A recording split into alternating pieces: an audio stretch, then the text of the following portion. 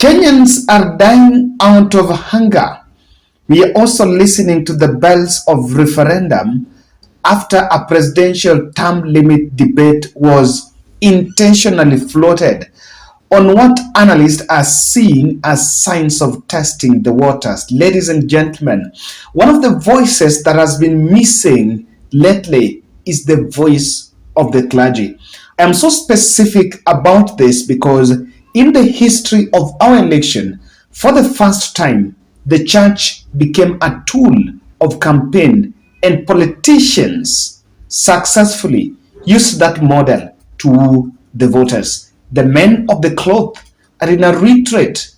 But who then will put the government in check? Welcome to the Bold Analysis. This is the most informative political podcast in Kenya. And I want to start by the voice of this clergy up here. Kazi ya kuona ya kwamba hakuna Mkenya anakufa. Kazi ya kuona ya kwamba kuna mikakati na wekwa ya kutosha kabambe ya kuwasaidia hawa Wakenya wasije wakangamia. Kazi ya kuona ya kwamba uchumi umefufuliwa ikiwa ulikuwa umedidimia. Kwa hivyo hamna wakati wa kurushiana maneno au kutupiana matusi. Ni wakati wa kufanya kazi pamoja, pinzani, serikali, kuangalia yale na kuangazia yale masuala ambayo ni muhimu kwa Wakenya. Miaka mitano ni michache sana. Kwa hivyo sio wakati wa kuanza kujivuna na kuona kama kwamba sasa wale ambao wameshinda, hata wale ambao wameshindwa wana kazi. Sisi sote ni Wakenya. Nilisema hapo mwanzoni pia kabla ya uchaguzi ya kwamba kati ya yule ambaye ameshinda na yule ameshindwa hakuna tofauti kubwa. Kwa hivyo ikiwa wewe umeshinda, usifikirie ya kwamba nusu ya Kenya ilishinda. Kuna wale wengine ambao pia wanajihisi ya kwamba wameshindwa, lakini ni Wakenya ambao wanastahili huduma. Kwa hivyo tunaomba hawa viongozi wazingatie mikakati ya usawa. And I want to say that I have picked that clip intentionally because for me, it is what envisions what exactly should be the ideal position of the church. They have gone for a retreat. And I am saying this because there was an MoU that evangelical churches signed with Kenya Kwanza. Ridiculous demands were there, including even getting a cabinet slot that was to deal with the religious matters. Sorry to say that was selfish. But then, after taking, apart from the cabinet, there was also tax exemption, especially when they're importing their cars. There was another demand on a legal framework that would see them being listed as essential service providers. I don't know whether they mean the same category as the doctors or the teachers. That would really require that you include all, including those from the Muslims and other religions. Now, the First Lady, Rachel Ruto, is the one that has been now making frantic efforts to make sure that the clergy is still close to the office, or rather to the doors of presidency. Today, he met a host of PAG leaders in State House, and this is not the first time. And I know that office has come under sharp criticism in terms of pushing aspect on social development and maybe things like the Beyond Zero that was formerly in that office. She seems to be cementing the relationship with the clergy. Nothing wrong with that. And of course, why do you really think that President Ruto would really push that as a priority to make sure that he still has a very good relationship with the men of the clergy? That is needed. And the reason why I'm saying that is You know what was successfully used in Mount Kenya, and especially Mount Kenya, the euphoria that was built and planting Uhuru venom in the mountain was successfully done in the pulpit, in Mt Kenya pulpit. Even though we've seen a lot of donations, and recently I saw the deputy president, a man really going public to give cash in some bag. I see another analyst saying it was 10 million. I don't know how much was it. But these are some of the things that we have witnessed in this country. And I believe that William Ruto do not really envision a fallout with the men of the clergy. They are unhappy. Not everything is coming forth. It is not possible. It is actually impractical to be given some of the few demands that were there. Even though politics is about interest, and then when you can take care of my interest, I will easily listen to you.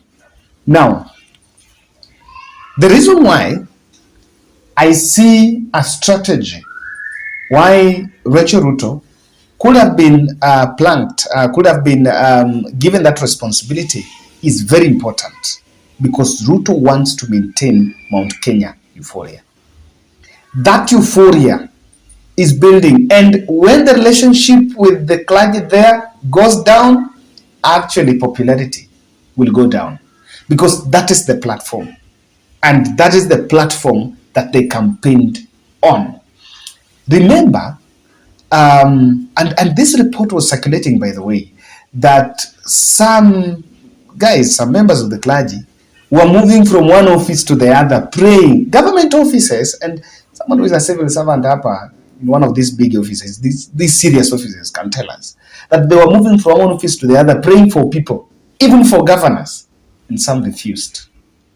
Some refused, including the son of Mdamba, that of course have not been seen, but there have been reports that they've been moving from one places to the other, even one county from one county to the other, trying to cement, maybe to pray for them, and nothing wrong with praying. But of course, I'm just telling you how this was really deep.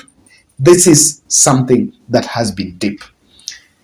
The tragedy that Kenya Kwanza would have is a situation where the clergy joins opposition. The clergy joins opposition. That would be a tragedy. And I take an issue with them, and that's why I think they've taken a backseat. There have been a conversation about term limit. No one is talking about it. Unlike in the previous dispensation, we will see that no one is even saying this is not here, this is neither here. It's only the political class running with it. There, we have seen the drought affecting families, vulnerable families from different parts of this country. No one is telling the government to take the priority there. That voice is not being added. And you know, during COVID, the church was successfully used to give aid. Personally, I worked on full gospel community health evangelism. I worked on that project because that was a church coming into space to come to the aid of the people, and the clergy have sat back. I don't mean ill intention attacking the men of the cloth, but I'm just reminding them, and we are just bringing this conversation to light, that this is something that should happen. Kenyans need you now. The same government that was installed, that you campaigned for, and you wished the best for it. It's not just enough to kneel and pray. It's also time for your voice to be heard, because the neutral voice is needed. So the tragedy is them joining opposition, because government has a lot of ills. There are a lot of things that will just happen, and when church is with the opposition, nothing else can move. One of the reasons why even BBI fell is because it was used to show church was church was used. The men of the clergy are used. Then,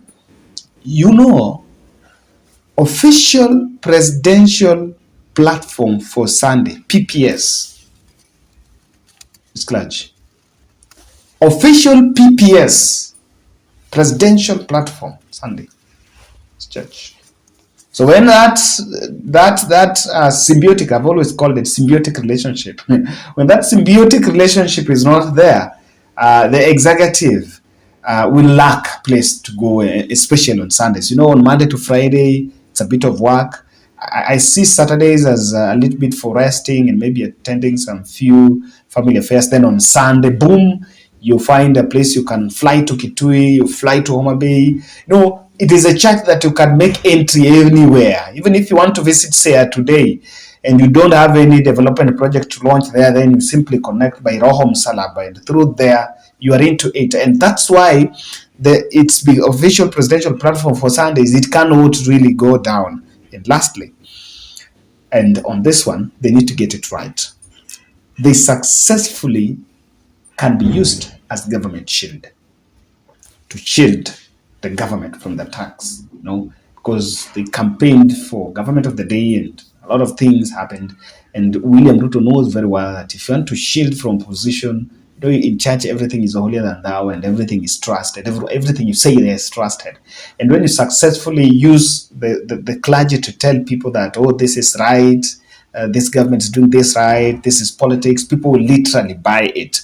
And I see why there have been those frantic efforts to make sure that that relationship is cemented. I can tell you that free advice to Kalonzo Musyoka, free advice to Martha Karua, and anyone who wants to break the marriage between the dissolution of marriage, I need to say, or rather imaginary marriage, dissolution is not the word, imaginary marriage between William Ruto and Mt Kenya Clergy, that you need to start going there, maybe, so that you also get your stake. For that, that's the best platform to start with. That's my bold, guys, and let's meet in the next.